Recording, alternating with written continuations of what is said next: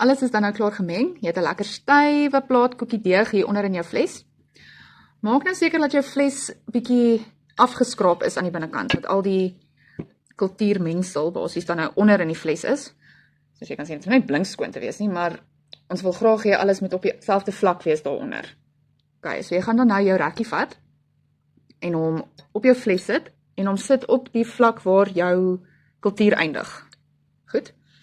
Hierdie is sodat ons net kan monitor of daar enige aktiwiteit is wat plaasvind, want binne die volgende paar dae gaan jou kultuur begin verdubbel, wat beteken sy volume gaan bietjie vermeerder, né? So hy gaan bietjie meer plek opneem in jou fles. So daai rekkie is basies net om te sien waar het jou kultuur begin, en dan as jou fles 'n bietjie skoon is daarso, dan kan jy sien as hy gereis het en weer gesak het, dan kan jy mooi dophou presies wat gebeur het in die bottel terwyl jy nou nie gekyk het nie. Nou as jou rekkie in plek is, kan jy dan jou deksel neem, jy gaan hom opsit, maar jy gaan nie styf vasdraai nie. Net styf genoeg dat hy nie sommer net van self kan afkom nie, en ek hou hom sommer so. En dan is hierdie net om die goggas en dinge uit te hou en om seker te maak dat daar wel nog genoeg spasie is vir die koolstofdioksied om te ontsnap. Ek gaan my kultuur dan sommer nou oornag hier op my kombuiskas los.